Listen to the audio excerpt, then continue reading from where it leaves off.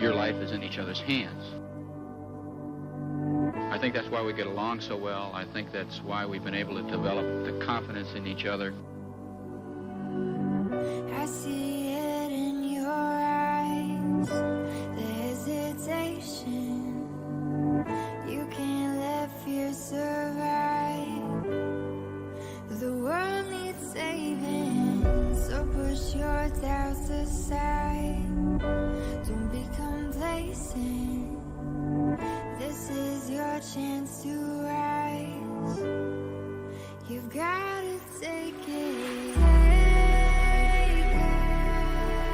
What time I am afraid, I will trust in thee. In God I will praise his word. In God I put my trust.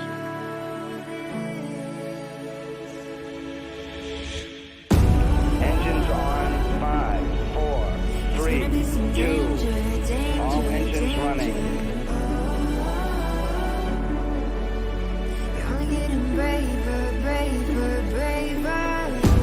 Steady on till you scare the fear away. You're only getting braver, you're only getting braver. With each and every stride, you're growing stronger. The dark is taking flight, so don't you falter. You'll overcome in time. Keep pressing onward. You've only gotta fight a little longer.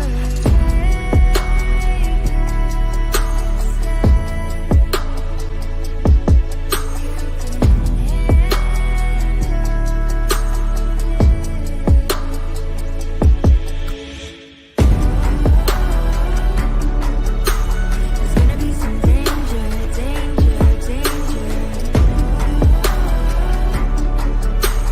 You're only getting braver, braver, braver. Steady on till you scare the fear away.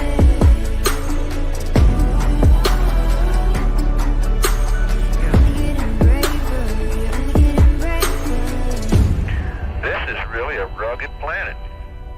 You're getting braver. Charlie, it might sound corny, but the view is really out of this world.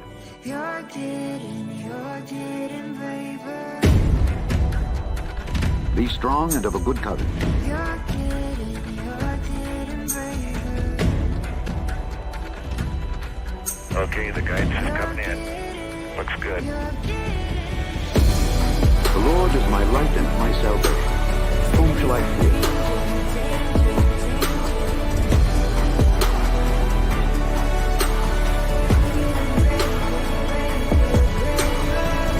Fear thou not, for I am with thee.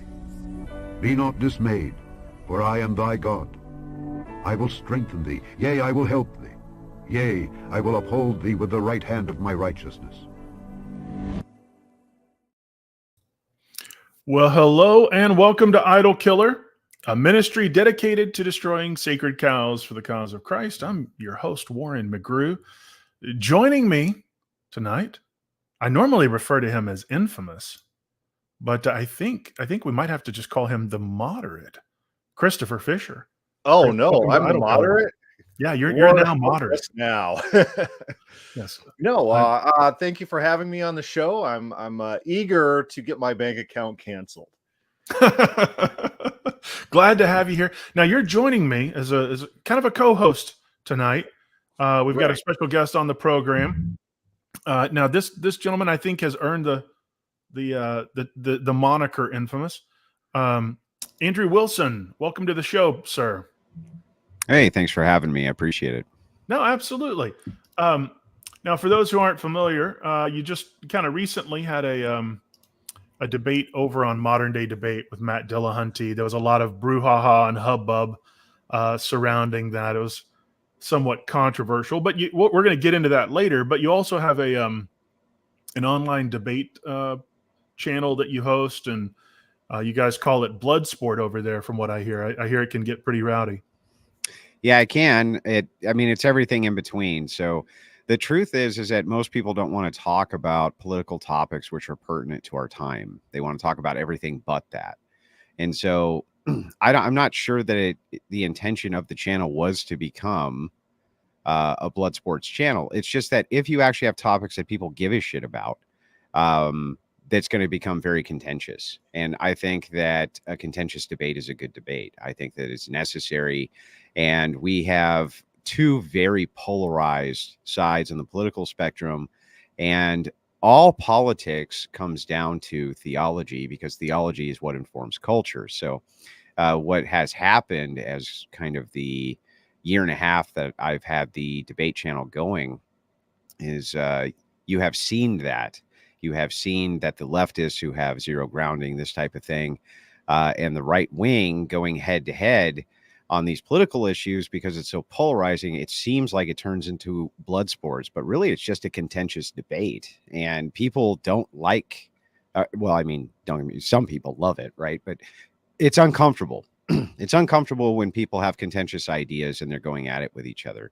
It can make people feel bad.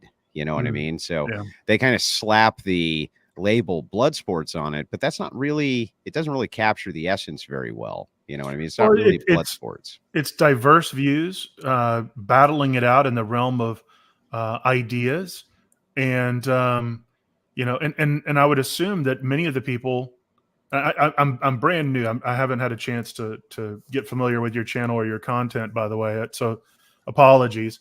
I like to know a little bit more about my guests in advance, but you know, Chris and I have both engaged in formal debate, and I think in most cases would be happy to go out to dinner with the people we've debated afterwards and continue it over nachos or burgers or whatever it is we're engaged in, because we're passionate about the ideas and we really want to promote what we believe in, and we're willing to dialogue.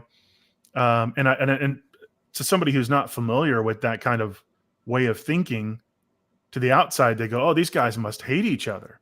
And in some cases, I'm sure that is true. But in a lot of instances, it's just we're passionate about what we believe and we want to convince the other person. And, you know, in many cases, there's not a lot of animus. It's just strong disagreement over ideology. But before we get too far into this, I want to throw this up.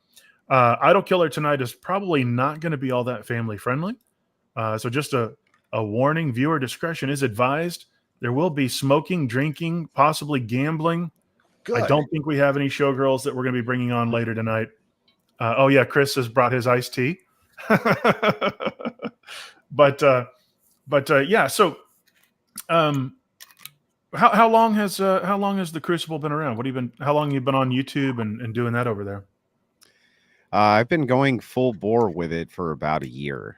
I started the channel about a year and 9 months ago, but I only kind of worked on the channel part-time because I only had so much time during the week to really do it. Now before that, I was part of another debate channel, another debate platform, which I helped grow. That's how my name got out there. And there was a falling out from that channel. So then I went and started the Crucible, and the Crucible has been highly successful in comparison to the other channel I started with. So kind of worked out pretty well for me. So I do moderated debates, and I moderate, but I also do a lot of debates myself. I used to only do a couple a month. Now I do more like 3 or 4 a month, but I have a lot of guests also. And, we just do a lot of debates on the channel. I also do other content because I'm a political pundit, political commentator, as well as a debater. And so you've been able to turn that into a full-time profession? Almost. I still work part-time, but it definitely has helped shear up the lion's share of my income these days, for sure. Right, because being cancelable, that's one of the biggest detriments to putting yourself out there in the modern world. Yeah, I think I'd be okay even if we ended up on Rumble. I think we'd be all right. So that's awesome. Yeah, that's awesome. I mean, even just having you on here and our debate review from the last program, like I was talking to Chris. Chris has skin like thick like a rhino. You know, I'm one of your internet warriors. I'm a jerk online, but in real life, I'm a timid little coward. And so I was telling Chris, I was like, hey, we're discussing this. We've got to be careful, man. I don't want the channel canceled, because I'm not on Rumble, this is a passion. So I know these are like sensitive topics, and with the culture we live in, oh my gosh, does the tide shift daily? And next thing you know, like you're not on the in group anymore. Now you're, an enemy of the thought police in the state. But that's cool that you've got that set up to where you've got some insulation there. That's really, I'm sure it gives you a little bit of freedom to where you're not as concerned about offending certain groups and having them come after you, so you can kind of speak a little more freely. But yeah, they can kiss my ass, man. Like the left is so over the top poisonous, and their ideology is so poisonous. There's no way to get on with these people anymore in a way which is conducive to human flourishing, right? the problem that you run into is we were blacklisted pretty early on from Twitch and YouTube politics because I'm an actual right-wing conservative, and that's an actual no-no. So we actually went out of the kind of Twitch, YouTube typical debate sphere and built our own audience, and then kind of went back and started smashing these bastards. And so, that's kind of how we ended up doing it, is we just went outside of the kind of normal way that people go about doing this, which is that they try to orbit larger creators and then kind of piggyback off of them. We didn't do any of that. We literally built the whole thing externally. That's awesome. And you're not your typical Christian apologist. You obviously come from a Christian background, or you're a person of faith, but your emphasis is on politics. Mm-hmm. The channel over here at Idol Killer, we tend to focus on like religion, philosophy, sure, but that's going to bring us into conflict, as you said, with various political ideologies and things going on in the world. So there's a little bit of overlap between, our areas of interest. But tell me a little bit about your own personal faith. Like, what's your background? I've been told you're Eastern Orthodox. I've also been told you're Roman Catholic. So I'm kind of curious what your particular. I'm an Eastern Orthodox catechumen. Okay, I cool. was raised in I guess you could consider it non-denominational Christian household, though my parents were very rigorous with the belief in Christ, and they were very stalwart in their faith. The only problem is they kind of got into some of the, prosperity gospel type stuff, and this, you know what I mean? Mm-hmm. But I always had a really good foundation for Christianity. It was definitely an important part of my parents' lives. So the problem that I had when I got older is I realized that I didn't understand my own faith very well. So when I started looking for answers, I found them, and my wife found them too, and we found it through the Orthodox Church. That's cool. And how long have you been a catechumen? Almost 2 years. Okay, cool. Yeah, I mean, I was my own personal background. I was raised high or hyper Calvinist. So I was one of those guys going, oh yeah, God throws babies into hell and decreed the worst sins imaginable. And I'm one of the elect, and you're not. Too bad, so sad. That was kind of my upbringing. Well, that was all predetermined though. So it was. That's right.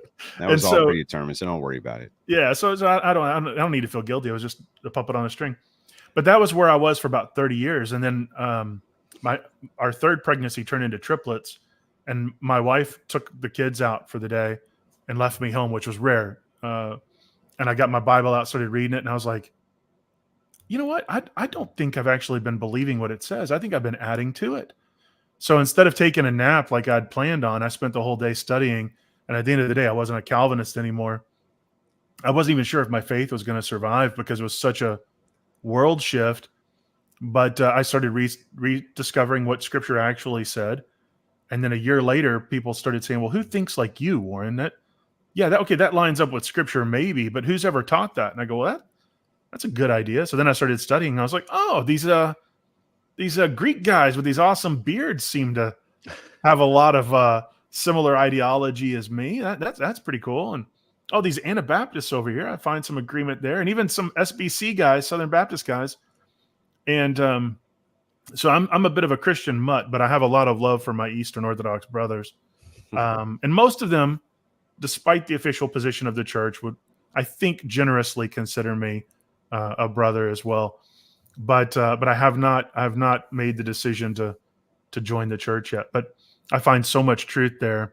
I had Father Panayotis on. Give it time. Give it time. You know, the thing is you'll find that most clergy in the United States are former Protestants in the Orthodox Church, and there's a reason for that. It just seems like the more you kind of expose yourself to that worldview, the harder it is to get away from the fact that it's probably correct, right?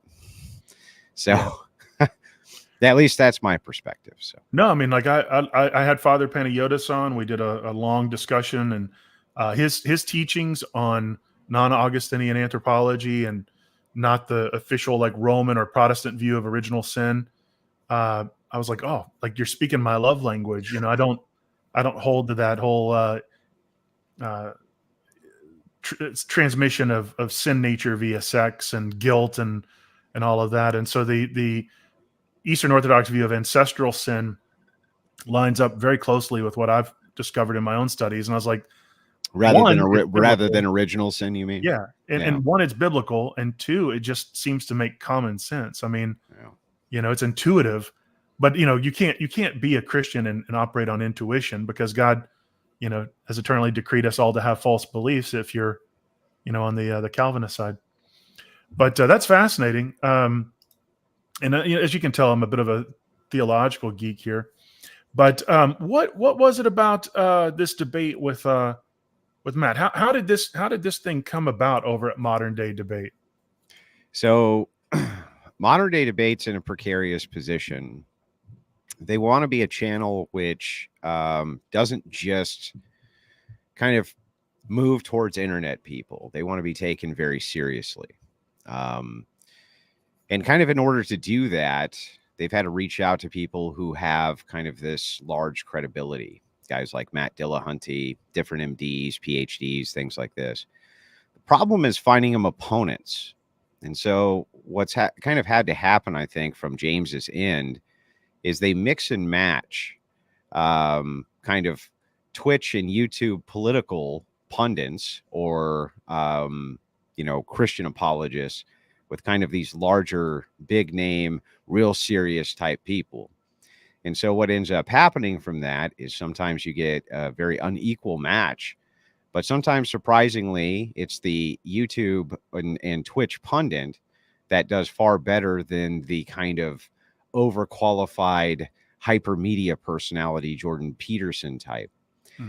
So they're kind of I think victims of their own circumstance, in some ways victims of their own success, because they want to grow more than where they're currently at. But in order to do that, they have to have people who can debate on the other side.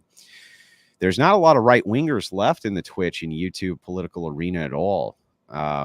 They've either been run out, shut down, or any other number of things in between, usually because of a couple of hot button issues that they can't seem to stay away from. One is race realism. And then, of course, the other one is talking about a country in the Middle East and the situation that's going on there. So that's the two ways that they generally kind of get thrown off of the platform, in all platforms. So there's a few of us left, though, who kind of stay clear of those issues and stay clear of the TOS problems that come with even discussing them. And I happen to be one of them. I happen to be one of those kind of right-wing political pundits that also has made a name for myself in the debate sphere against some of the top-level debaters in the world. So he called me up and essentially told me, like, listen, there's not really anybody else that can do this debate, that has the debate skills to do it and has the name that can go up against this guy. He's basically out of people to mix and match. So I'm sure that it wasn't fun for him to do, because from his perspective, we have competing platforms because I also run a debate platform. But he needed somebody to headline who could actually do it. And so my name came up. We bargained about the proposition. I'm not actually authorized to engage in apologetics because I'm only a catechumen. Yeah, catechumens can't actually do that. That's one of the things I was going to ask you. Yeah, so I don't engage in apologetics at all. But what I can do is I can talk about effects, and I can talk about philosophy, and I can talk about politics, and I can talk about all those things. So my big thing was we needed to settle on a prompt that did not actually require me to make a defense of the faith, but rather was something which we could kind of move out into the ethos past that. And so what we settled on was Christian ethics versus secular humanism, which has a better foundation. My assumption is that Matt thought that I would move to the Bible as being the foundation, but he was wrong. So instead, there's basically two reductions of worldview that can happen that are even possible. If you're going to make an ought claim, you have to be either a theist or a nihilist, essentially. The nihilist can make the ought claim by just saying, I don't believe that there's any morals and anybody's ought's just as good as anybody else's. The theist, of course, can make the ought because they can justify the ought claim by appealing to a higher power. The problem with Matt, and the problem with all atheists who follow Matt's viewpoint, they're the easiest people in the world to destroy because they are people who make ought claims while at the same time claiming that there's no justification for them. Now, a nihilist doesn't do that, right? And, somebody who believes in theism doesn't do that. But there are secularists, bizarrely enough, who kind of make up these arbitrary systems that allow them to do that. Maybe they'll say it's utility, some form of deontology, this type of thing. Sam Harris has a big TED talk on the morality of atheism, and it's all just complete nonsense. Yeah, well, that's the thing is Harris is another one who, if you listen to him, he says human flourishing every fifth word. You know what I mean? You get so sick of hearing about human flourishing, it makes you sick. But all worldviews can essentially be reduced to those two things. But there's nothing easier on planet Earth than destroying an atheist with an ought claim. There's just nothing easier than that, because all you have to do is grant their worldview. That's it. You don't even need to fight with them. You don't need to defend your position. It's not even, you can just grant the whole thing to them and then say, but I disagree. And then where do they go? Where do they go from there? There's nowhere for them to go. So in Matt's case, what I did was I took the idea that I'm you. I'm a clone of you. But through a different set of experiences, I have a different ought for secular humanism. And one of those oughts is that I think that truth is a value that we should ascribe to. So I've come to Christian ethics, absent a deity, absent the Bible, absent any foundation except my own reason and logic, just like you have come to your worldview just through logic and reason, absent a deity, except the set of values that I value happen to be 100% mapped onto ethical Christianity. So that's step one. Once that's done, then I can kind of give him the parallel in the worldview. This is a thing you believe, which is a complete lie. I know it's a lie. Everyone knows it's a lie, right? Everybody knows that this is a total lie. But you pretend that it's true because you think that it's valuable to humanity to pretend it's true. So if that's the case, then I also want you to pretend that God is true because that is valuable to humanity.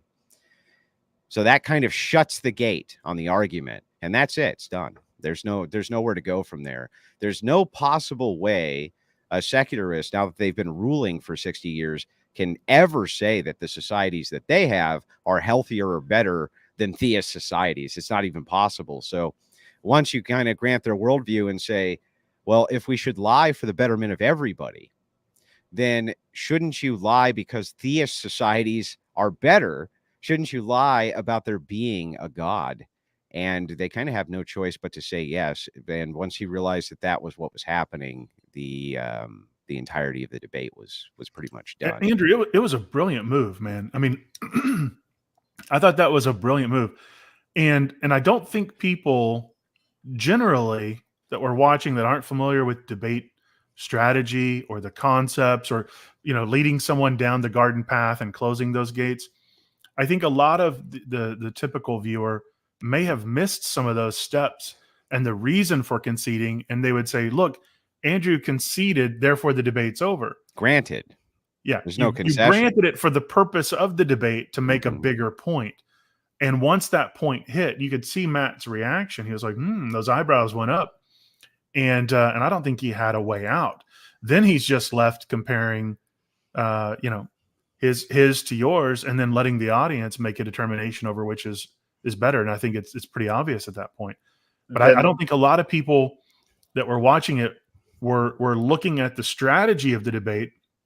I think most people that come in are kind of ideologue, and they're like, Christians good, atheists bad, secular humanist, atheist good, Christians bad, and they're in there trying to basically cheer on their pony in the horse race, And but I thought your strategy was brilliant.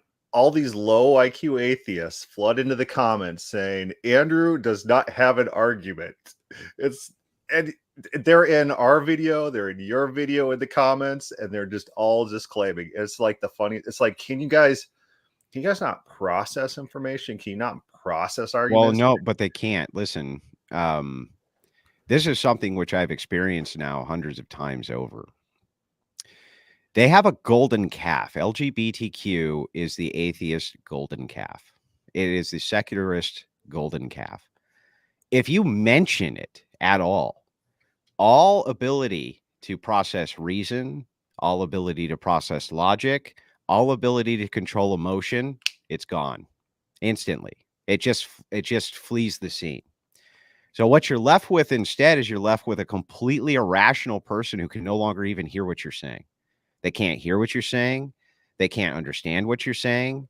They can't even process it because all they hear is those words. All they hear is the word transgender. All they hear is the word homosexual. That's all they can hear. They shut down completely. And in this case, from Matt's perspective, I don't think that Matt shut down. I think he just understood that he was in for a wild ride if he stayed. But the audience members had they could not process anything past the fact that I brought up the golden calf and said, this isn't true. That's all they could hear. They couldn't hear the rest of it. And those people are suffering from severe cognitive dissonance, like so many on the progressive left are. Yeah. And it's like the psychological aspect of this is cog dis, definitely. But then you wonder, from the theological perspective, you're going principalities, spirits, you're going, there's something going on here that is holding these people back from being able to understand this. Is it conditioning? Is it cognitive dissonance? Is it a spiritual thing? But you definitely see them just not able to process or interact with this at all. Well, they've been trained that you're evil. I mean, from the day, almost the day they were born, they've been indoctrinated by a doctrine, an egalitarian doctrine, which states that LGBTQ is it's better than you. In fact, it's not even that you're equal to it. It's better than you in every way. And it must be bowed to. These people have to be treated with kid gloves. You have to kiss their ass, the entire, the whole 9 yards. They can't imagine. It's in the very air you breathe. It's everywhere that you look. You might have had the benefit, Warren, of growing up in a time slightly before that, where it was still okay to not be gay, but that time has passed. And when I was growing up, there was a stigma. It wasn't just not okay. There was a stigma against that. And right. and that's what I mean. It's completely inverted. Right. You have moved away from this. So, but can you imagine from the time you're in preschool till the time you're, 18, 19, 20, 25, something like this, that's all you've heard your entire life.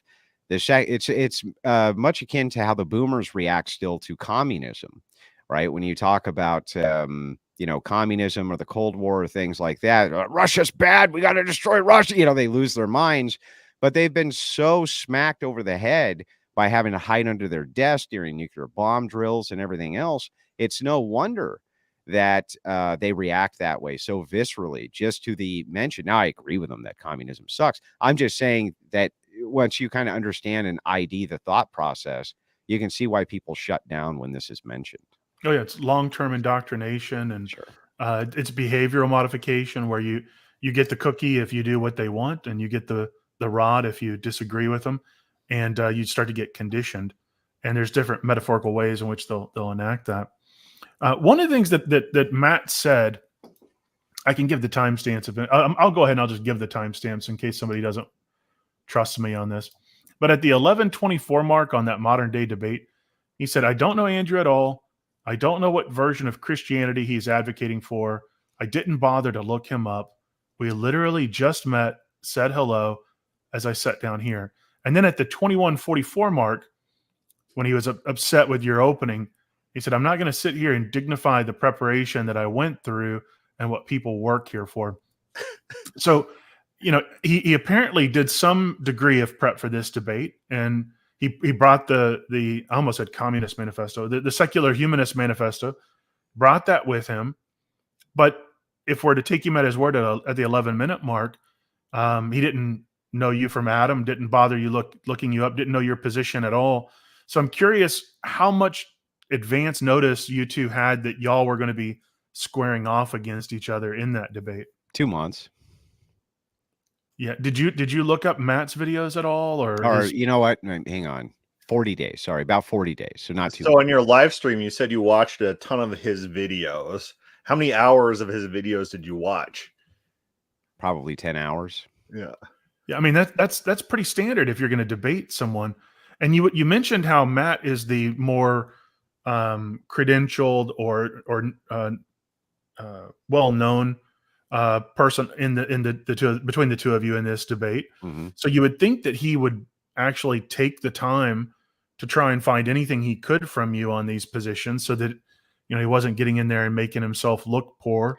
Well, try to understand though, from Matt's perspective, Matt is only used to this. I have a piece of paper in my hand. Argue with the things on this piece of paper, I'll mute you. Okay. Yeah. That's Matt's standard operating procedure is, if I don't like how this is going, I'm just going to mute you, and then I'll hang up the phone, talk a bunch of smack, and then move on to the next caller. But being inside of an engaged debate with somebody who understands your positions, has clearly researched what you're about, what you're doing, that actually takes the broader set of secular humanism and it narrows it to a more specific set, which is your flavor of it. So when Matt kind of made all you're doing is talking about me and my positions, I was like, well, yeah, it's you and your positions. I'm not debating a piece of paper. I'm not debating the secular humanists who you claim you don't represent. I'm debating your flavor of secular humanism. That was the most insane, stupid thing. But I mean, it was a compliment. He gave me a compliment without meaning to. He was saying, look, you actually researched me and you were very specific to my tailored views. So you didn't straw man me. So in other words, I didn't say what right wingers usually say is this, what left wingers usually say is this, and then attack that position. Instead, I specifically attacked his positions. And why the heck doesn't he hold the secular humanist worldview that maximizes flourishing per the debate? Is he saying there's another variant out there that causes more human flourishing than the secular humanism he adheres to? That's his implicit what he's statement. Well, right. I mean, I was willing to grant that too. You're right. I'm not debating with every secular humanist. And I don't think you represent everybody who calls themselves a secular humanist. I think you represent your views. And I think that you're the person who's here representing them. And I'm here to debate with that person and those views. Imagine getting upset that a person took the time to learn your specific views and then actually engage with those instead of straw manning them but generally people in this subgroup believe X. That's insane to me. Well, and one of the things he objected to was a statement you had referenced when he debated Daniel Pikachu, and on I'm trying to figure out a polite way of using the terminology without getting the internet police on me. Age of consent, we'll just use that. And he was upset about that. But I noticed something else that struck me as a little bit of let's just say maybe a tad bit hypocritical. Matt said, because I was reading the transcript. He didn't give us a lot, but I was reading the transcript. Matt said, under secular humanism, you can quote You can teach your kids your values, end quote. But then he went on to note a bill that would outlaw discussing gender identity and sexual orientation for children under 10.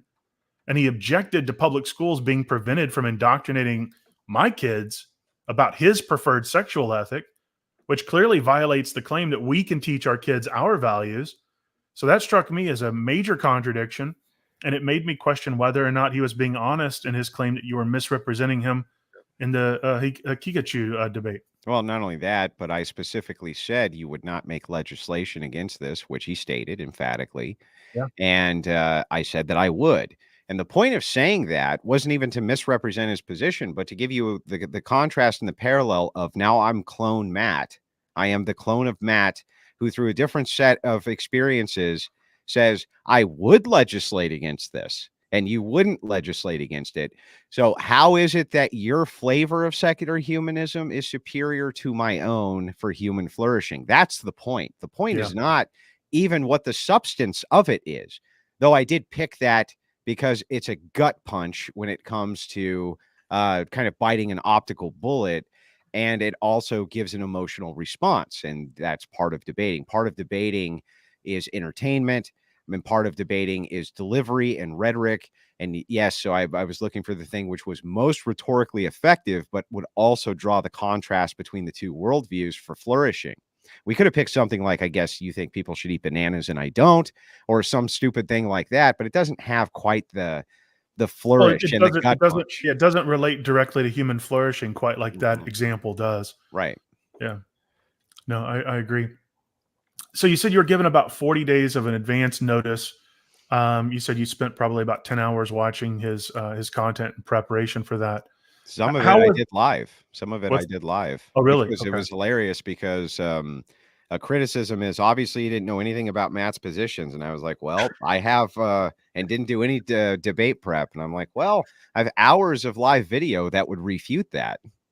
And it was funny because you had it queued up. You had it on your phone. I did. For the debate. Like I could point. Yep. And many times during the live, I would stop it and say, I'm not going to give an argument. Or I'm not going to say what my argument is because that'll probably, float back. But I would stop it at several points. And if you were smart, you would know that I kind of gave the game away. But he wasn't. So so maybe Dillahunty did the correct thing optically for his side by fleeing the debate in moral indignation, because the alternative probably wouldn't be very good. So maybe it was a good move on his part. Just throwing that out there. Yeah, the thing is that I don't think so. I think it would have been better for him to take the beating because this was in a live event, which he was paid a substantial fee to do, substantial fee. And what he kind of demonstrated was that somebody can pay all of your expenses and pay you a substantial fee. And if you just don't like the argument they're delivering because you feel like you're emotionally attached to the other end of it, like pretend for a second that you were arguing whether or not coma patients should be taken off of life support, and you happen to have somebody in your family who is in a coma.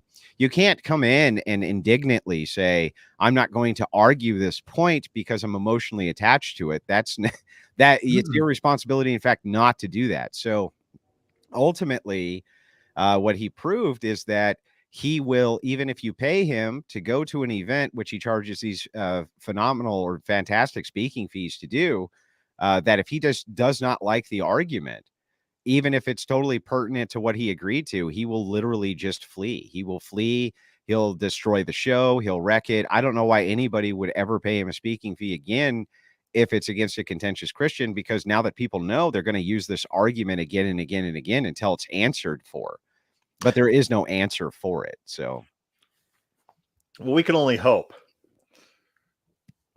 Well, I mean, they will. They'll continue until he answers to it. And right now, Dillahunty is probably feverishly looking for an answer to it, but there isn't one. It's a philosophical dead end from his purview. Right. Moral relativism. That's typically where you go to. Jeffrey Dahmer, what makes what he did wrong? He thought it was all good and well, killing young men, sodomizing their dead bodies, and cutting their flesh apart. he thought it was all good and well. What makes him right and Sam Harris's morality correct and Jeffrey Dahmer wrong? There's nothing in secular humanism to distinguish the two. Well, the thing that's funny, there is something that could distinguish the two, which is if Jeffrey Dahmer didn't have an ought statement. So if Jeffrey Dahmer didn't say you ought to do this or you ought not do this, at least that would be consistent. Dillahunty's position in that case would actually be worse than Dahmer's position, because if Dahmer said, I'm just a moral nihilist and think that all you should be able to do whatever the hell you want, including do these horrible things to people, that's actually more consistent than if Dillahunty says you ought not do that. That's actually a more consistent structured belief. That makes sense. Now, how was this topic presented to you, Andrew? I mean, you said he was wanting to debate the Bible, but how was the topic presented and then settled on? Well, why don't we pull up the DMs and I'll just tell you. I haven't even done that. I haven't even done that yet. So why don't we just do that? Yeah, while you're doing that, there's an idea in philosophy called the util monster. And so utilitarians who think that whatever maximizes utility is the greatest thing for humanity. One of the philosophical thought experiments is, what if there's some guy who gets so much enjoyment over torturing other people that it vastly outweighs everyone else's utility? And it's util monster. And so the best thing in that scenario in utilitarianism is to funnel all our resources to that person's sadism and destroy the rest of humanity. So it's and if you ever take a philosophy class, they'll talk about things like this and the problems with even utilitarianism. Maybe the highest utilitarian outcomes is not what we want for society. Gotcha. I'm sorry. I actually was not paying attention. I didn't know if you wanted a response because I was trying to pull up. No. I'm throwing that out. The audience can think about that. Yeah. What James told me is it's going to be more about whether Christianity offers a worldview that ethics make sense. Divine command theory criticisms, objections from either side for not being able to provide foundation for free will, things like this. And in the timestamp I shared, this is David Wood presses Matt on whose pleasure should be maximized. So no arguments for or against theism. There's no arguments for or against theism was specifically what he told me, but more like granting Christianity or secular humanism does each provide the philosophical framework for which ethics makes sense. That's how it was presented to me. So one more time. No arguments for or against theism, but more like granting Christianity or secular humanism does each provide the philosophical framework for in which ethics still make sense. So I literally did exactly what I was told was inside of the parameters of the debate topic. And it's not obvious that he did. So if you listen to his opening round, he's just all over the place talking about bumbling gods and Christian nationalism and some sort of weird rant about the Speaker of the House or something like that. I don't know if that was completely coherent. So when you look at that and then you look at his prior debate with that Muslim individual and the profanity, the name calling that he used against that individual, it's like, I don't think Dillahunty has any internal standards that he adheres to. It's always, if you're dealing with me, you got to lick my boots. If I'm dealing with you, I could say anything I want. You're not allowed to do the same things that I do to others.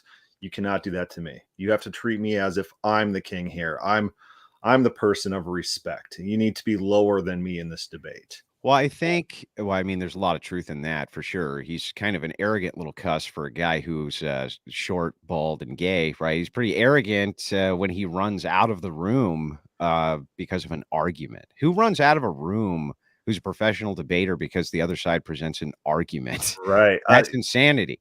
But on top of that, remember that Dillahunty had to provide a contrast for his worldview on society. So his contrast for why his worldview was necessary in society is why? Because Christians are going to make legislation that is not good for the LGBTQ community. That's specifically what his argument was for why secular humanism is necessary in society. So for me to bring up the counter example to that, why we should legislate against it, how in the world could that not be fair game? So Jordan over in the comments asks, is Matt a homosexual? One really funny thing was in his debate against the Muslim guy called him a homosexual, and Matt took huge offense because his significant other is a male to female trans person that Matt Dillahunty wants to consider himself not homosexual for engaging in sexual relations with. And so that was part of the closing when he's running away and you said, have a nice night with your husband. Mm-hmm. That was his triggering moment. He likes to pretend in his own head he's not a homosexual. Because they're lying, right? So they're lying. Right. So the thing is that this is something which would have come up quickly in the debate. We just asked a simple question. Assume for a second that you were having sex with a woman, and in the middle of having sex with her, she declared herself to be a man. Would you then be a homosexual? That would be a good question. Because she's identifying as one. Yes. Right? And what you identify with is, right. There you go. And well, the answer would be, well, no, but NPC short, you know what I mean? That's right. The smoke starts coming out the ears. Right. So the problem which is presented is, you are supposed to be using logic and reason and science, and try to remember this. And I've learned this over the course of hundreds of debates with leftist scum. They don't believe in science at all. They don't care about science. Okay. These people can't even tie their shoes. Okay. They can't mow their yard. They can't screw in a light bulb. They don't understand anything about electricity. They don't understand anything about building machinery, nothing. They don't understand anything. The only thing, when they say science, they just mean sociology. They don't mean science. Science has no bearing for these people at all. The only thing they care about is sociological studies. They don't care about anything else. They've never cared about anything else. They don't know anything else. They just read sociological studies, and sociology is a soft science, not even a hard science, right? Because you can't control for enough variables to make good, hard scientific predictions with the models which are available in sociology. Matt's no different. Matt's entire worldview is informed by a sociological premise. None of this is scientific at all. It's all just lies across the board. Yeah, I mean, right. What they care about is I effing love science memes with a little factoid on it and a picture of space. That's what they mean. Something that affirms their prior, something that affirms their political stances. They don't want to talk about genetics, genetic inheritance of traits. They don't want to talk about ancient archaeology and what the genetics tells us about movements of people groups.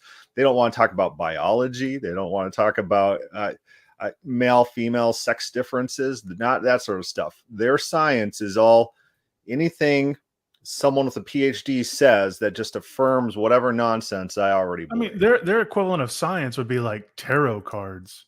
I mean, like that's on the same level of their. Well, no, tarot cards, I think, can be replicated better than sociological studies can. The replication crisis, if you look at sociology, and it's one of the big subcategories, which is psychology, almost none of it can be replicated. You're talking about 60 to 70%, and it's getting worse. That can't be replicated, even with meta-analysis. These things can't be replicated. They're at the forefront of the replication crisis. It's all junk, right? I mean, you guys have probably fallen for it yourselves.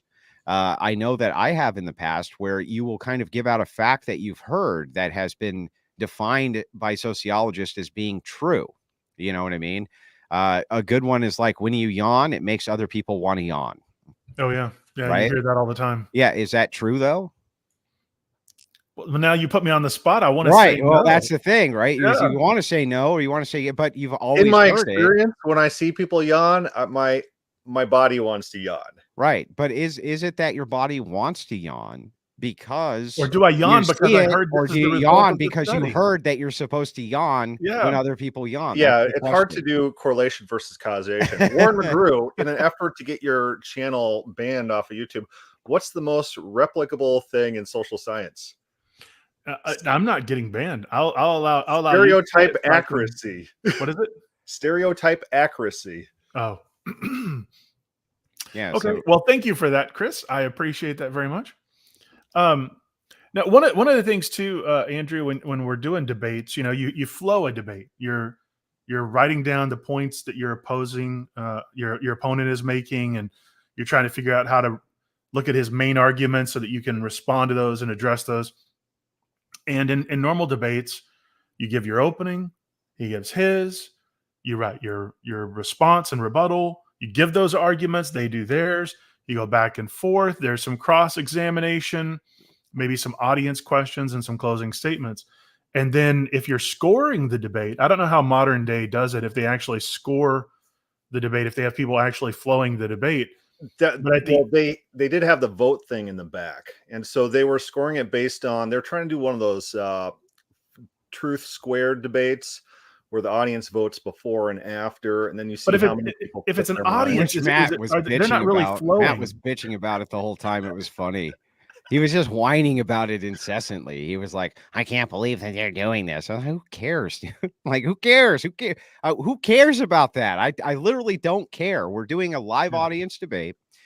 Of course, the people at MDD want to have as much interaction as they possibly can with the audience because it's going to drive their numbers, it's going to drive their views, and that's going to turn into capital. And they spend a lot of money on this event. Who cares? You know, like, out of all the things to care about, this guy just likes to bitch about everything. You know what I mean? Just a whine ass. He bitches about everything. My point was, you typically, when you're doing a professional debate, you'll have, somebody that's actually trained in debate flowing it. And you may have 2 or 3 people flowing, and then they'll announce, who won the debate. That isn't always the case. Sometimes in these cases, it's just left up to audience determination, and it's kind of entertainment. But regardless, when Matt exited the debate, he forfeited any right to actually rebut, to refute, to respond. And he forfeited all of his points as far as he was trying to make in the debate. So from like a professional grading of the debate, like the nerd in the back of the room going, you didn't flow this point. Matt didn't just lose the debate.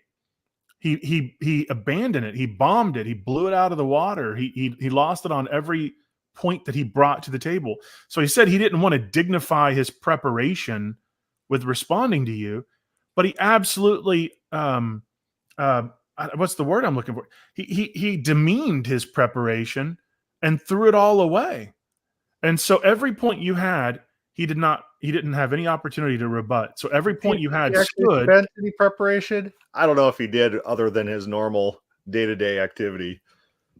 But over in the side chat, they're asking if the audience was all leftists, and I'm thinking, if I was at the debate and you're in that cross-examining round where the whole audience is against you, it'd be really hard for a friendly person to go up and ask a question. So did you have any friendly individuals in the audience?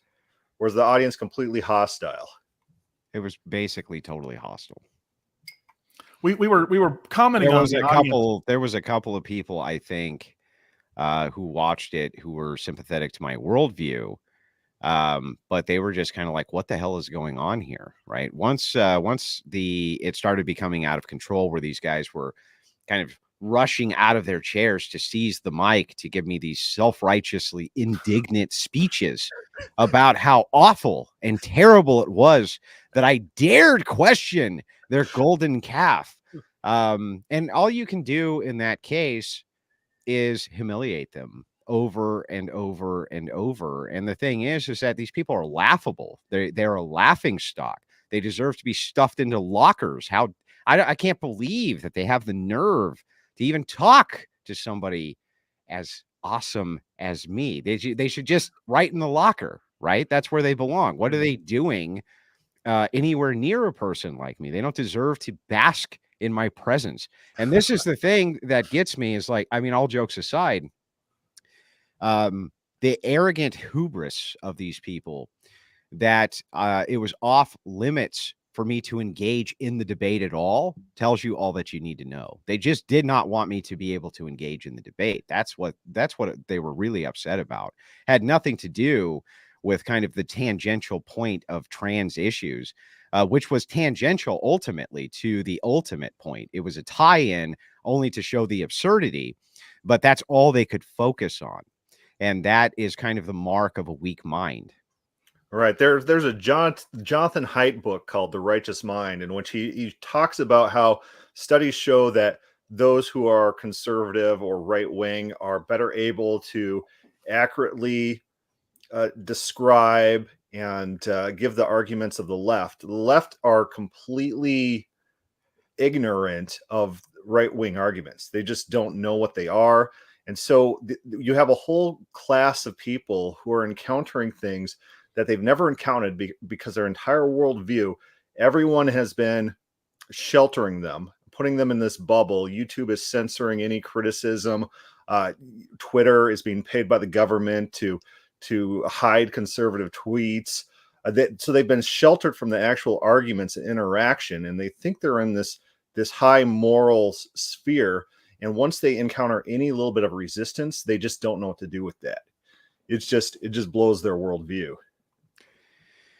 It's very simple, I think, to just point at something and say it's bad or it's evil, and that's the end of it. That's where it all ends. The ultimate irony, I think, of these people being so into the sociological fields and the psychological fields is that the original pioneers of those fields thought just saying that this is evil is not good. We have to give some kind of explanation for these phenomenons of human behavior and maybe even a predictive model. So they were kind of forced to not just say, well, it's because they're evil people, right? And they have an evil ideology, so therefore they bad, and we do what we want with them. Instead, they were kind of forced to actually engage with those people and try to understand how they came into the kind of worldview that allowed them to do all these horrible things. The ultimate irony now, though, is that psychology prescribes the opposite, which is now we're back to now just basic disagreement is evil and awful and things like this. And a lot of that is because women run these psychological fields. And so everything is based around empathy and sympathy and understanding and all of this type of thing, right? Whereas in a more masculine paradigm, we'll try to understand what's going on, but that doesn't mean we'll be sympathetic to the position as we try to understand it. And one of the big problems that happens inside these psychological fields is that they become so overly sympathetic that they lose all objectivity. And so I think that that's a lot of what you see going on right now when you're talking about the left-right paradigm and why the right wing really is totally misunderstood when it comes to their arguments, and why they're just shut down is because you have a woman's mind saying, that sounds mean. That sounds mean. Oh my God, it sounds so mean. Can you, just stop. It makes me feel icky. Right. And that's one of the main reasons, another ultimate irony of allowing women to vote, for instance, is that you give them the freedom to vote and almost everything they vote for reduces freedom.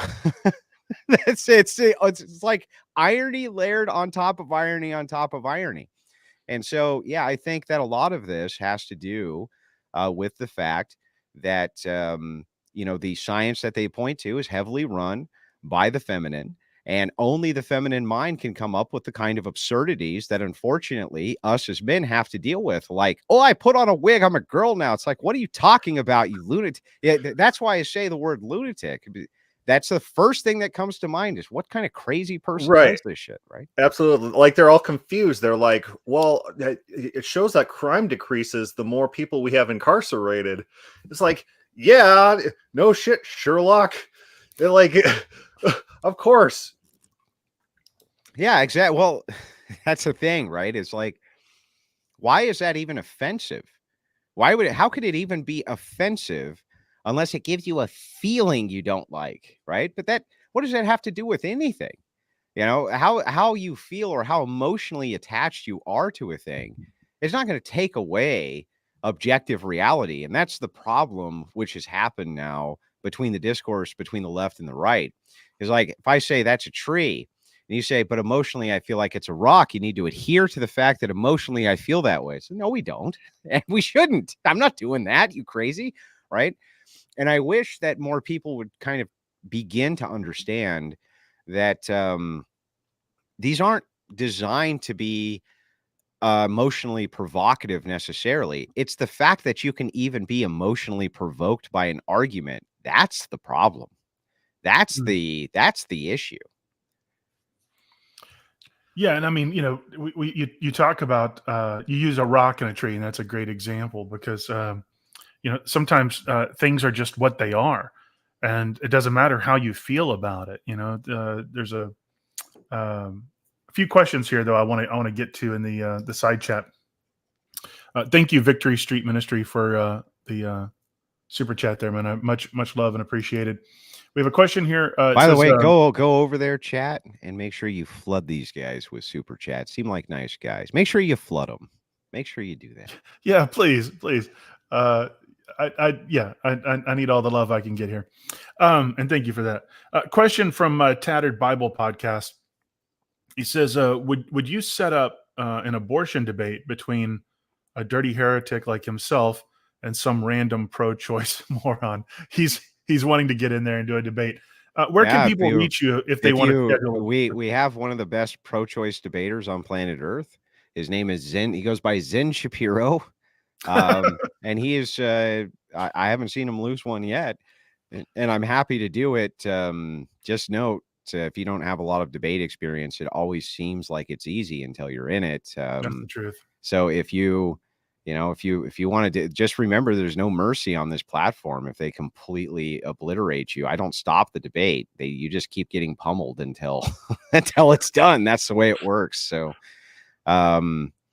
yeah, I'm just letting you know. You have a format somewhere where they can go to your you can find me on the Crucible. Yep. And you can always DM me on Twitter if you want a debate set up. Cool. And then we got one more question here. Patrick Barnes says a question for you. How much of your approach to debating is informed by your religion? All of it, just like my life. Everything is informed by my religion. There isn't a single part. There's no separation. The being that I am, the person that I am, the religion that I hold informs not only all of my ethics, but it informs the way that I act in my day-to-day life. It informs the way me and my wife engage with each other, the way me and my children engage with each other. There is no separation. One of the things that's interesting, I'm a stickler for notes here. At the 5 minute and 31 second mark, Matt identified secular humanism as a religion itself with 15 points.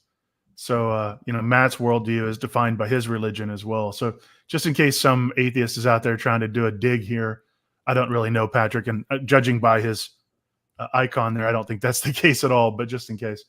Right. There's another question from In Christ is Life. Yeah, he says, in your opinion, what's the best actionable way to take back the culture for Christ? Let me outline this so that you understand. The culture war in your generation and mine is over. It's over.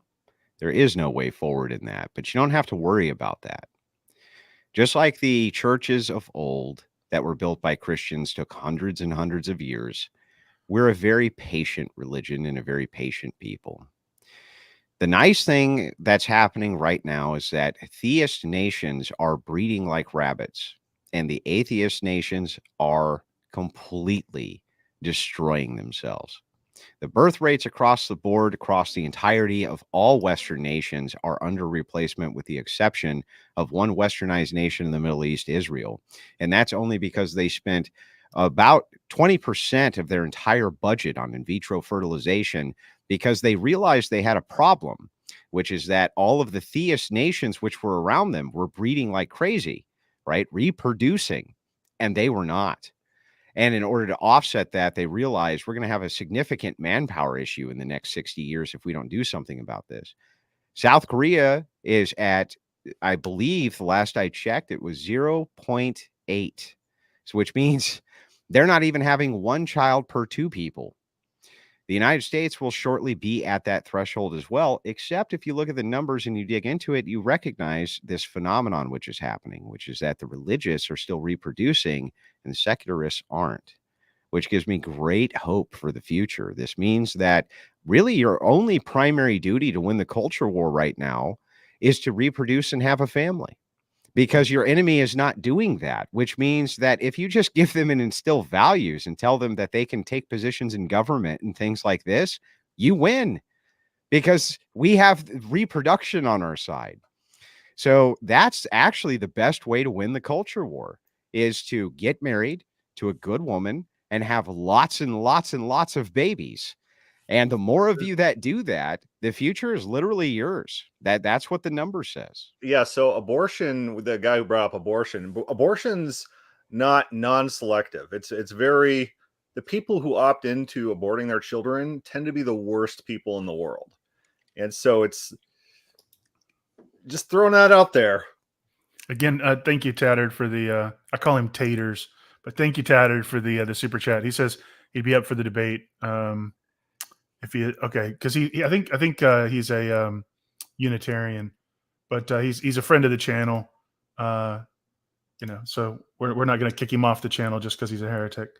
But we got another comment here.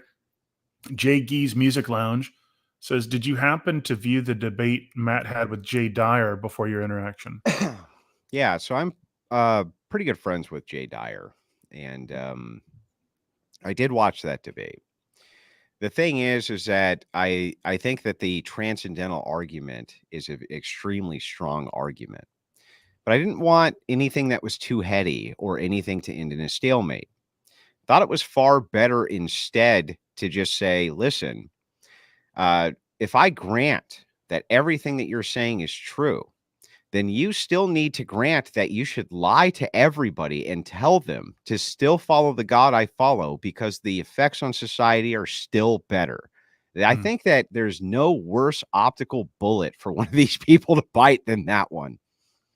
Yeah, and just in my own witnessing, I've got a lot of atheist friends, and they're like, "But Warren, what if you're wrong about this?" And I was like, "Well, then I've lived a very rewarding life, and I've done all these things for the people around me, and I've learned to love and what it is to be loved, and to dedicate my life to truth, and what better purpose could I have committed my life to, even if it turns out it was all for naught?" Yeah, that's And just in my Pascal's own wager, though, right? It is, yeah, that really, that's what it is. Yeah, that's Pascal's wager. So the thing is ultimately, I don't even think that it's necessary to engage with a theist, or an atheist or an agnostic on whether theism is true. Who cares? There's no whatever. The laziest way to debate, for instance, is to say, convince me of this thing that I think isn't true. Okay. Because what happens is it's an immediate shifting of the burden to the opposition to prove to you something which you would use other standards of proof for almost anything else and consider that to be fine. Okay. You would consider that to be a good standard. Atheists don't do that. There's no standard in which you're ever going to give them. Even if God himself showed up in their room, they would just say, somebody must have put mushrooms in my drink. Okay. There is no standard which they'll adhere to. From my perspective, you don't even need to worry about it. All you have to do is just grant it. Just grant it and say, okay, now we're on even terms. You're right. I'm psychotic and I'm crazy, and I believe in a sky ghost, which has told me to act in these ethical ways. Now let's look at the effect on society. Which one is better? And if you have no moral grounding or justification, if I can get you to admit that you'll lie to people for their own good, then shouldn't you lie to everybody and say God is real, even from your perspective, just because the effects on society are better? And if they say yes, then they should never argue with anybody again, right? Yeah. Right. Absolutely. You come across that often in the historicity of Jesus. Like, oh, I don't think Jesus existed. All those documents. It's like, how do you know Abraham Lincoln existed? What's our standard of believing historical events? And their standards are not going to be consistent. Why? Because they're ideologues. They don't actually care about the arguments. And so often in these debates, you're interacting with someone who has no interest in understanding you, representing you correctly, and having any intellectual integrity. And so it's best to humiliate them, like Andrew did in that debate, to tear them off their high horse, to tear them off of their I'm better than everyone else, and I'm such a scholar, and all you people are below me. Tearing them off their high horse scores a lot more points than that's all my debates with Calvinists that turn very hostile. Tearing them off their high horse is a lot more expedient than actually hashing out the issues. Real quick, thanks, Rough Hands. They say that you and Rachel are their internet parents, and they have to do what you say or they'll get roasted. So thank you for that. Make sure you pick up a copy of my wife's book, Occult Feminism. It's now a bestseller. So on Amazon, it's a great book. You should. I mean, I've never read it, but if you're a person who reads books, unlike me, you should buy that book. Well, I'll put a link to that in the description later with my Amazon affiliate link, so I can get my 2 cents worth. And then we've got another super chat here. Thank you, Derek. Much appreciated for that. And then Tattered corrected me. I'm sorry. He's a modalist, not a Unitarian. I misspoke. So correction on that. Apologies. Oh, okay. Well, I'm a modalist too, and you're wrong. I'm a modalist too. And in my modality, in the modality that I look at, all the things that Christianity thinks are still better for society than whatever your modal values are. Right. And it's just always reduced to the same thing. So if Dillahunty would have stayed, his argument would have to be something like Christianity causes more suffering in some sort of standard, and my secularism causes some sort of flourishing more so than Christianity, and that could be the standard. So that's probably what he would have had to argue if he were to have argued anything. Is that your takeaway? Is that what you're expecting, something like that? Well, no, he would just, I mean, kind of, but what he would do is I would just ask him, what is good? What is the good that we're after for human flourishing? The good is the good. What is the good? Mm-hmm. And whatever the standard is that he has, will have to confront the fact that he lies. And so if he lies, and we've established that lying is good, then all I need to do from there is turn it to, well, then you need to lie to everybody and tell them this is good because our nations reproduce and yours don't. So I would think that he would take the position, being a devil's advocate here, like when the entire government lied to us about not needing masks, and then the next month they said, everyone go buy masks. And they said, oh, we lied to you because we didn't want a public rush on masks. I think he would. I can't even get into that on YouTube, dude. Oh, okay. I can't even get into that. So maybe use a different example. Well, Halloween. I would say there are some scenarios that he would say would have public benefit for mass propaganda and lying. Right. And I think he would affirm that. Yeah, he would affirm that that is true. And so then from there, all I have to do is bring up all of the benefits of being a Christian.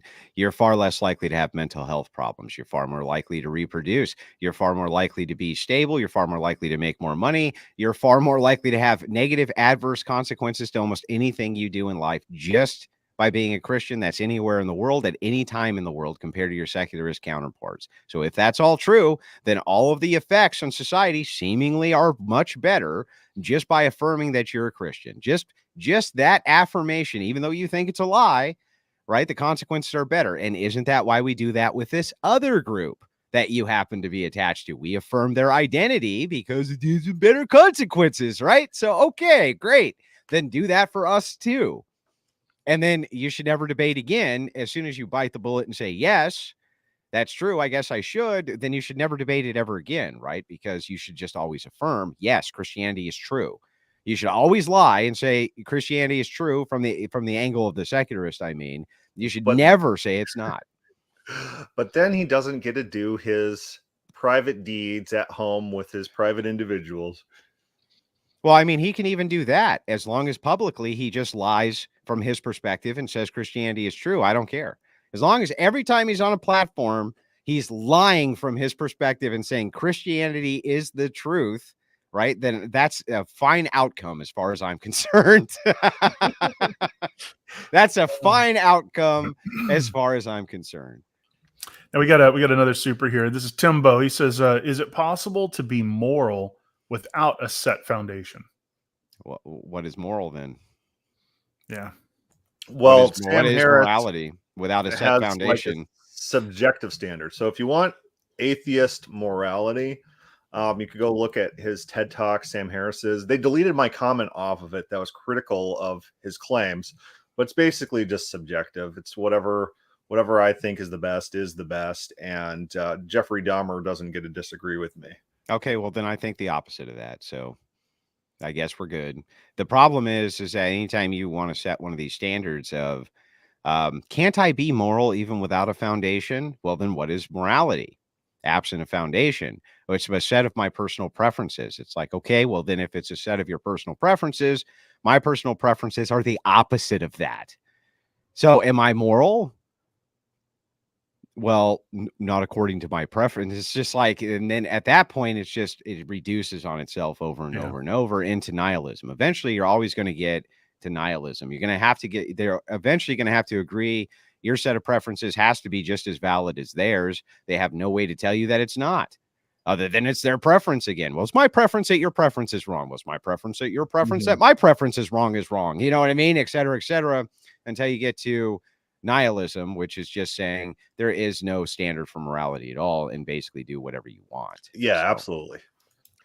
And then we got another super chat here from Silver Pie. Thank you so much for that. I much appreciate that, you guys. We've got another question here. James says, how does Christianity survive the coming zombie horde of Islam? They're outbreeding us even though we do better than secularists.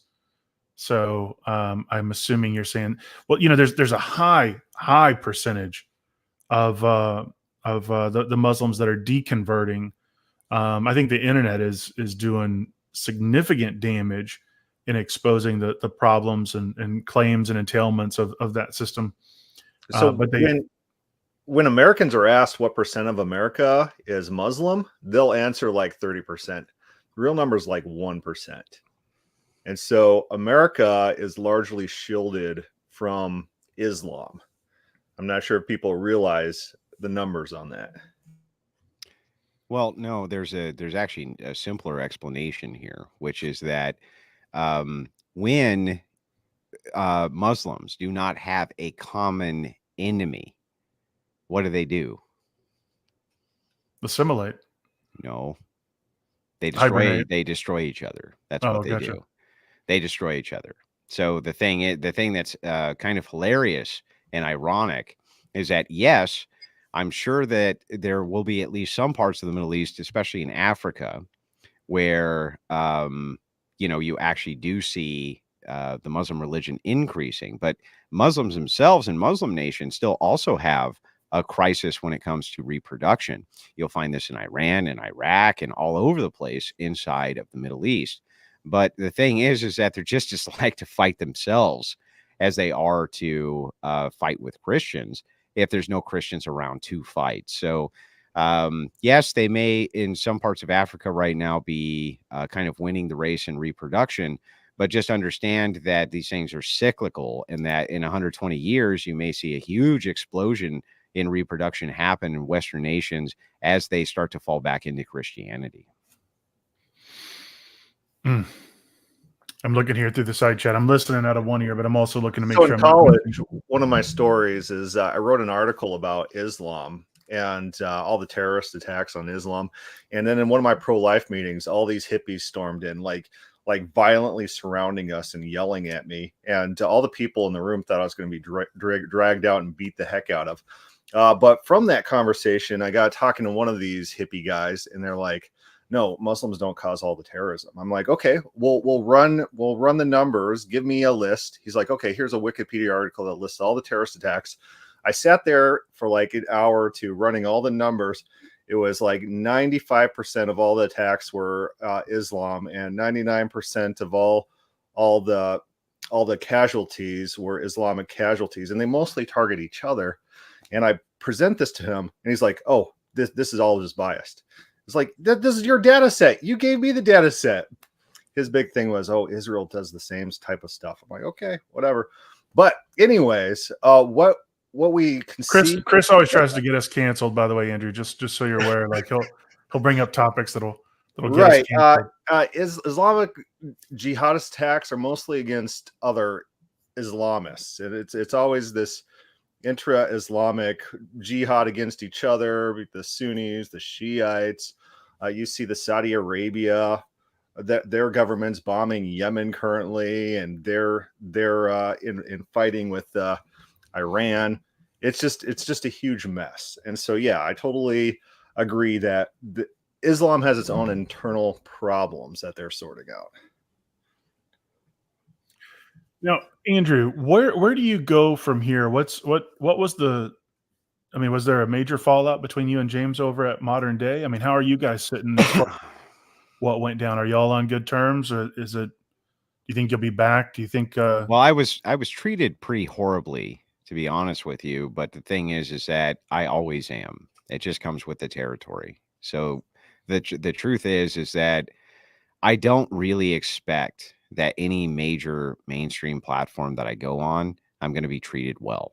I just don't expect that. I expect the opposite. So, people are like, man, as bad as all that was, screw MDD, never go back on there again. And it's like, nope, I'm still going to go on there and destroy dumb leftists. I'm not going to, you know what I mean? Like if a platform is there for me to destroy a stupid leftist, I'm going to go destroy a stupid left. I mean, that's my job. That's what I get paid to do. And not only do I get paid to do it, but I enjoy it. So it's like, yes, am I going to always kind of be treated unfairly, I think, in many of these venues? Yeah, but I don't think I can really have the luxury of sitting around and whining about it.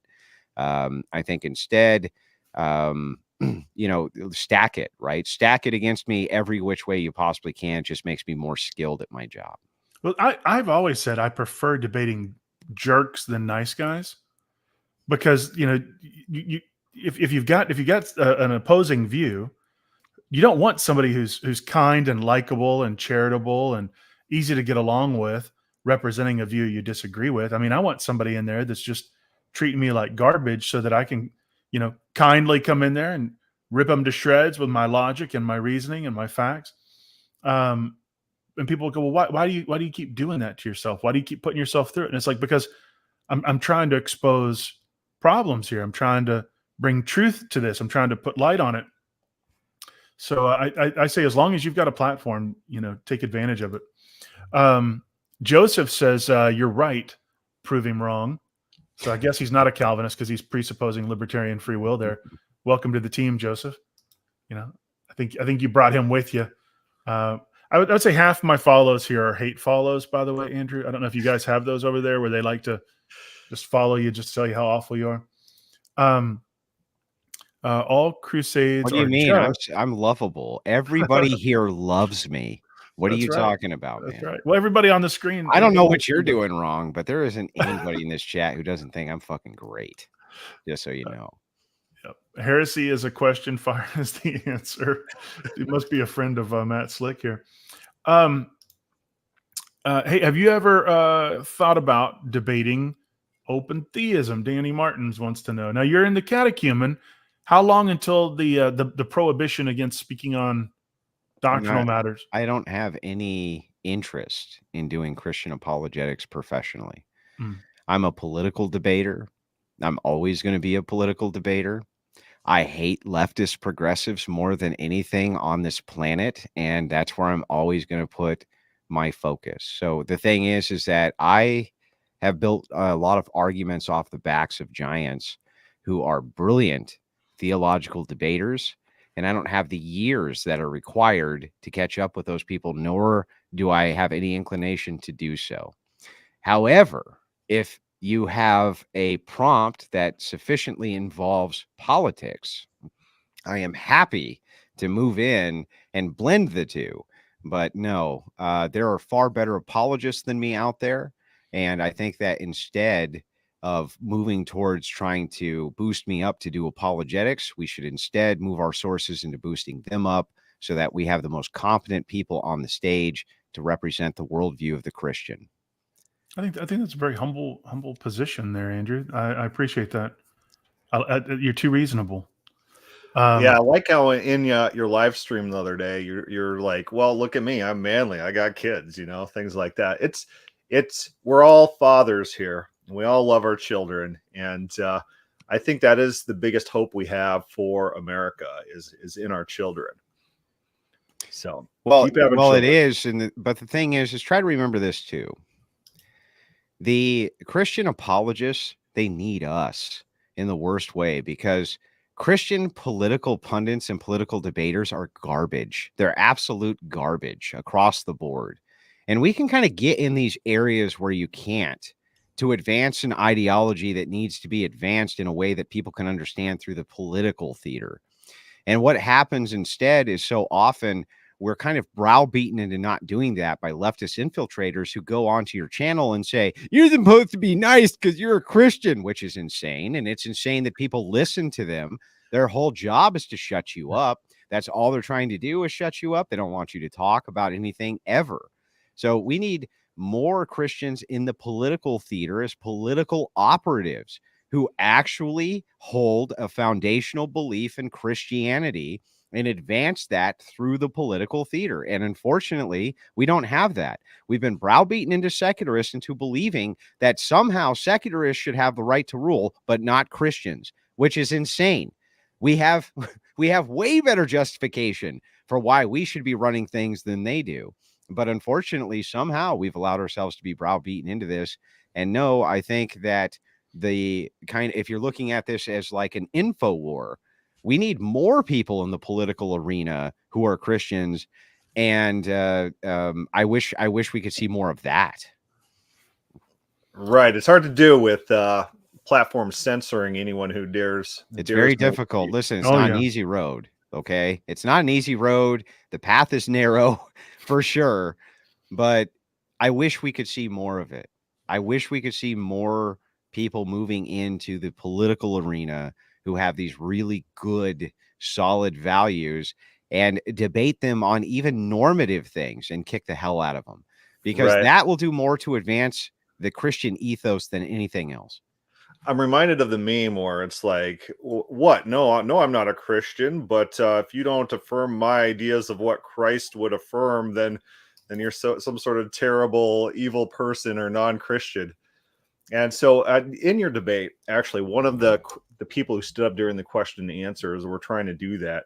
They're trying to use Jesus quotes to destroy you. And you just threw it back in their face in this. I wish I had the footage of this guy's face when you responded to him. He's like, what you do to me, you do the least of these. If you become a Crucible commander, you'll get our footage. Crucible and we did a documentary style footage, and it's beyond good. And you'll have access to that footage, but only for a couple more days before I release it out to the general public, and it will be the definitive edition of that debate. It is fantastic. Plug that. What is a Crucible commander? Yeah. It's just the highest tier membership you can get on the Crucible. And what it does for you, right, is it allows you to have all sorts of awesome content. But what it does for me is it goes into my bullet slush fund. And, you could just never have enough bullets in your slush fund, can you? I was just talking the other day. It's like you go through a magazine of 9mm, you're out like $20 already. You see what I mean? It's not even workable unless you have a slush fund for bullets. You know what I mean? You can't even go out to the range anymore and have fun. It's $150 day every time you go to the range. We all know That's ridiculous. It's ridiculous. Yeah. So I got these green gas guns that have realistic operation, like M4s and M18s for my kids. So they could just train on the green gas and just use the plastic BBs. But it's the same weight and it's the same action that you would have with the real firearm. I know, but it ain't the same. Let's face it. It's not the same. But for your kids, it's the cheaper option. Yeah. Oh, that's true. I agree. I'm just saying, look, from from my perspective, also, I do have to raise, of course, cash for the Crucible. I'm going on several other IRL events this month. That's going to happen a lot. I've always taken the time, and I always will. Almost anybody who's a smaller creator than myself, I didn't have that luxury. But I always go on their channel, try to give them a boost if I can, if they seem like they're decent folks. So I really appreciate you guys having me and, kind of getting into this with me.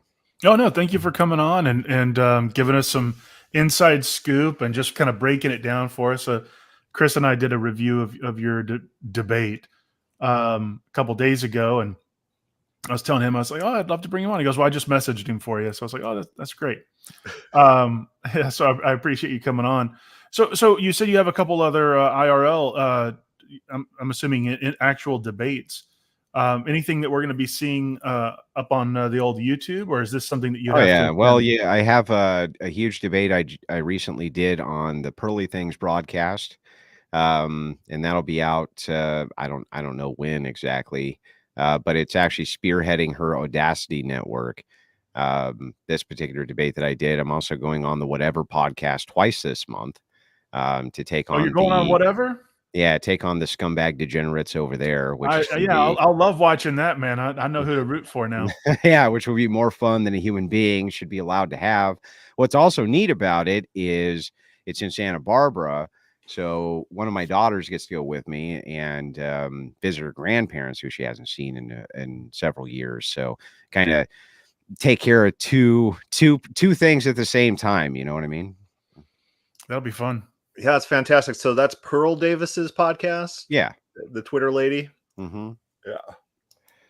Oh, you're taking that drink like you don't like Pearl Davis, right? She's a provocateur. She's a provocateur. She's a provocateur. That is true. She's fine. She's fine. Yeah, you don't sound convinced, man. Well, I'm not like super on board. It's like if someone says Ben Shapiro, it's like, well, I guess he's done some good things. Fair enough. Well, Andrew, anything you want to plug or anything you have any parting words or anything? I mean, we're coming up on the hour-and-a-half mark here. I think we've hit all the finer points that I had, and I want to be respectful of your time. Anything you want to promote or tell us about? There's only one good way to part from a podcast when you meet such decent and fine human beings, and that's this way. Make sure that you go over to this channel, which is called I'm sorry here, hang on, it's called, what's it called again? The channel, your guys' channel? Yeah, Idol Killer. Idol Killer. Sorry, yes. I'm sorry, terrible of me. Make sure you go over there, make sure that you subscribe. They've been nothing but nice to me, and make sure you send in some super chat donations. And do you guys have a membership over there? I think I've got that set up here. Yeah, I think I've got that set up. And I'm not great at monetizing. I'm not great at monetizing. I do this because it's a passion of mine. I just real quick, I started Idol Killer because I wanted my kids to know what their crazy dad believed in case something ever happened to me. And it became too popular on my personal channel, so I started Idol Killer as kind of a thing of passion, and it just is really taken off. We hit almost 6,000 subs right now. We started the year with 2.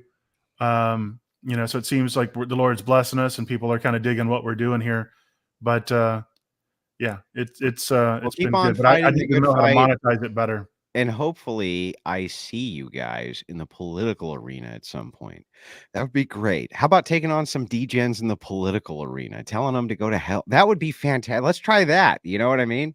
Well, you're talking to a crazy conservative libertarian. Yes. Yeah. Well, the libertarian part not so base, but the conservative part, yes. Conservative libertarian. But I was like one of the guys voting for Ron Paul, so like I'm out there. I'm out there.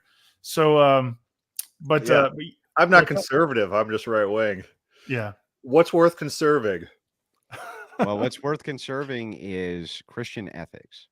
And remember that all of society and the way that it functions and the way that it's run, your culture is informed by your theology, and then your politics are informed by your culture. And you can see what happens when the theology is rejected, what the culture becomes, and now you see what the politics are like. So it is super important that we get back into politics again, and we get back into informing the culture based on theology, and destroying their stupid, even normative arguments about the dumbest liberal progressive nonsense you've ever heard. We need more. We need more of you. Now I got a question here. Someone's saying, is there a website or email address someone can get in touch with me? Go to Idol Killer on YouTube or on Twitter, IDOL Killer. I think it's _idol_killer. And you can message me on there. You can go on Facebook. You can go to idolkiller.com. There's an email address on there. I don't check it that often. So Twitter and Facebook, or just drop a message in YouTube and I'll see it. I'll get in touch with you. But yeah, thank you so much, Andrew. I'm going to let you get, brother. Okay, man. I want to be respectful of your time, and I don't want to eat up your whole weekend. But it was again, just recap. I think your argument against Matt was brilliantly played out. I don't think a lot of people understood the finer points of what you did there, which is often the case in clever arguments and in debate. But I think Matt knew what you did, and I think the people that do care know that Matt cares. So Matt has his work cut out for him moving forward in the future. Yeah, he's going to have to reconcile this, because people are not going to stop attacking him under the same vector. And now he's going to have to actually deal with it. He's going to have to actually deal with it. And I think he'll end up becoming a moral nihilist who just says, this is just my arbitrary set of preferences. And yes, yours are as good as mine. And then once that happens, he's done. That's right? He's done. It's finished.